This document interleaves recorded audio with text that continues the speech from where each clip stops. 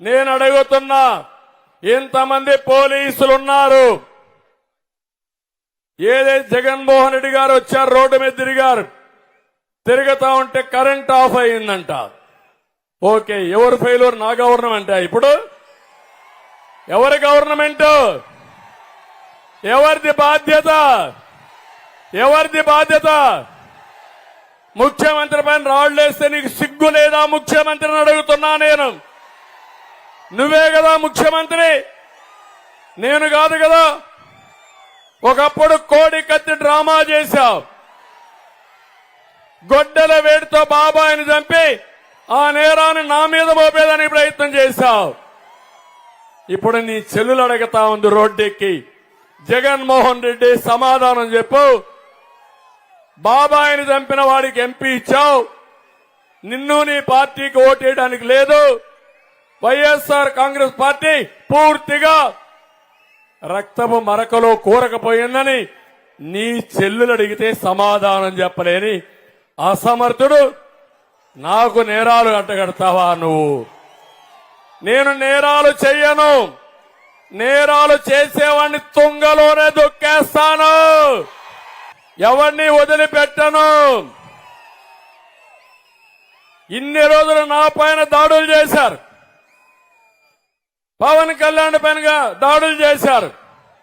ఇదే విశాఖపట్నంలో పవన్ కళ్యాణ్ గారు ఎయిర్పోర్ట్ లో దిగితే నేరుగా ఆయన పోనీయకుండా చేస్తే, కారులో నిలబడుకోనీయకుండా చేస్తే, కారులో కూర్చునబెట్టి హోటల్కి వెళితే హోటల్ నుంచి 24 గంటల్లో ఇమ్మీడియట్ గా మీరు వదిలిపెట్టి విశాఖపట్నం వదిలిపెట్టి పోవాలని ఈ పోలీసులు హుకుం జారీ చేస్తారు.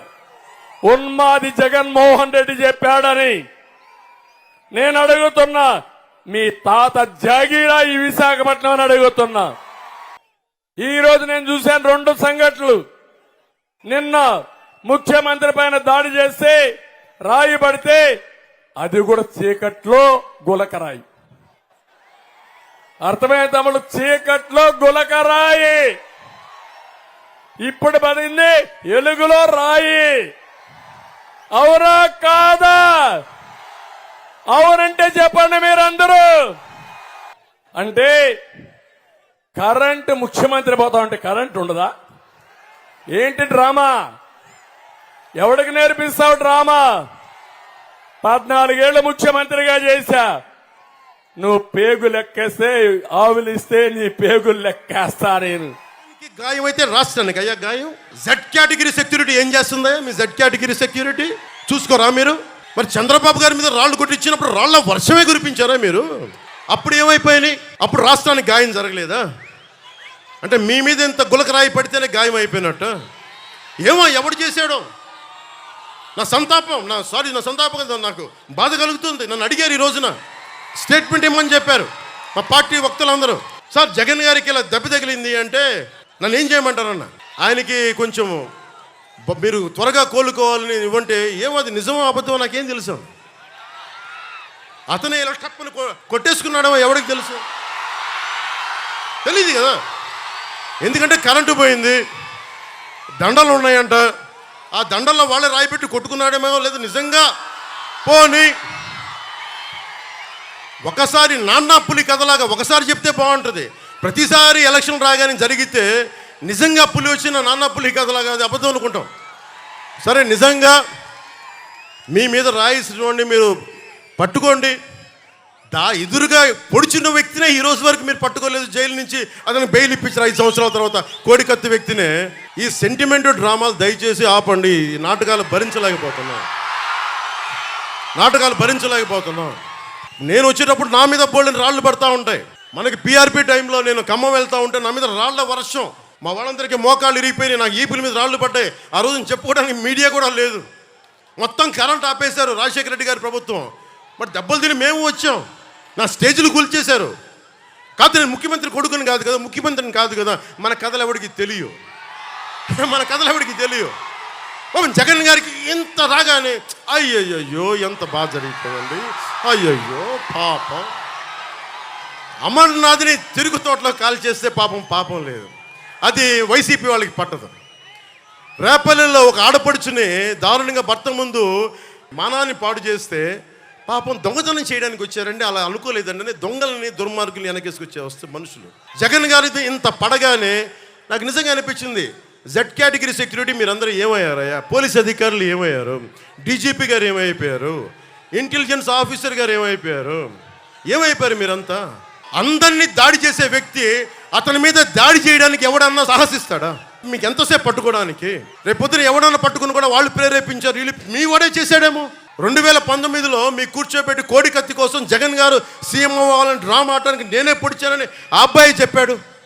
ఈరోజు అలాగే చేశారేమో కనుక్కోండి. కానీ నేను మీకు చెప్తున్నాను, ఇలాంటి డ్రామాలకి మనం పడాల్సిన అవసరం లేదు. దయచేసి పడకండి. నిర్ద్వందంగా దాన్ని తీసి పక్కన పెట్టండి. అరే ఇద్దరు చెల్లెళ్ళు సొంత చెల్లెళ్ళు. అరే మా నాన్నగారిని చంపేశారు, మా చిన్నాయిని చంపేశాడంటే అడ్డగోలుగా బద్దలు కొట్టి కత్తితో పొడిచి చంపితే అందరూ గుండి పొడిచి పడిపోయాడు. వీళ్ళ కథలు మనం ఎలా నమ్ముతాం? వివేకానంద రెడ్డి గారు అమ్మాయి సునీత గారు వైరాలజిస్ట్, ఆవిడ అమెరికాలో చదువుకున్న వ్యక్తి. నా తండ్రిని చంపారంటే ఒక్క పోలీస్ అధికారి దాని మీద మాట్లాడు. CBI central bureau of investigation వస్తే కడపలో కోర్టులోకి వెళ్ళనివ్వరు వాళ్ళని. ఇంత దారుణంగా ఉంటే మనందరం కూర్చొని చేతులు ముడుచు కూర్చున్నాం.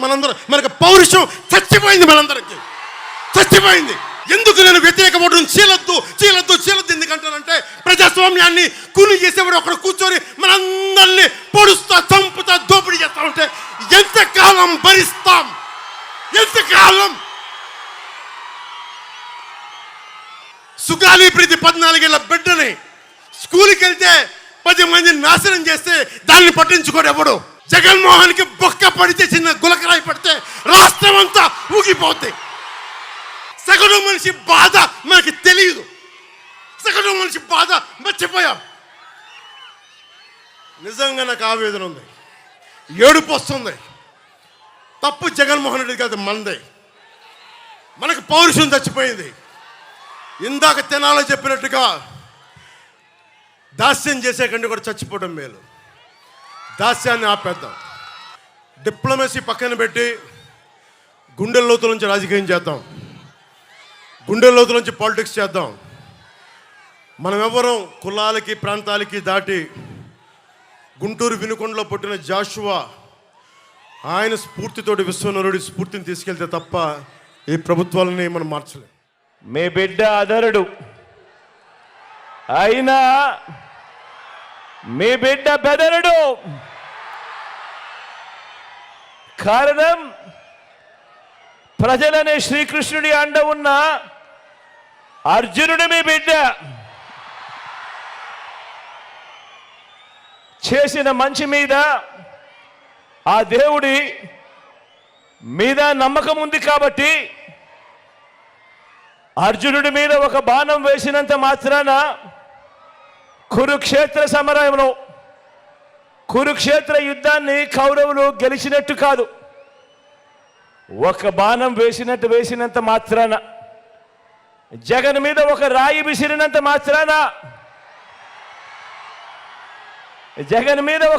విసిరినంత మాత్రాన, జరగబోయే ఎన్నికల కురుక్షేత్రంలో ఆ దుష్ట చతుష్టయం ఓటమిని, ఆ పెత్తందారుల ఓటమిని, మన పేదల ప్రభుత్వం గెలుపును ఎవ్వరూ ఆపలేరు.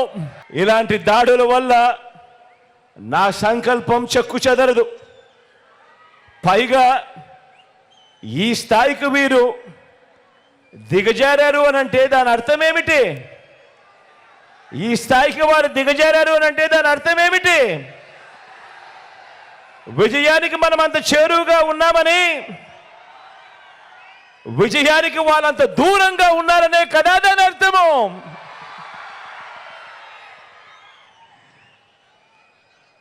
అందుకే చెప్తా ఉన్నా, ఈ తాటాకి చెప్పులకు మీ బిడ్డ అదరుడు, మీ బిడ్డ బెదరడు. మీకు సేవ చేయాలన్న నా సంకల్పం మరింత పెరుగుతుందే తప్ప ఏ కొంచెం కూడా వెనుకడుగు వేసే ప్రసక్తే లేదు.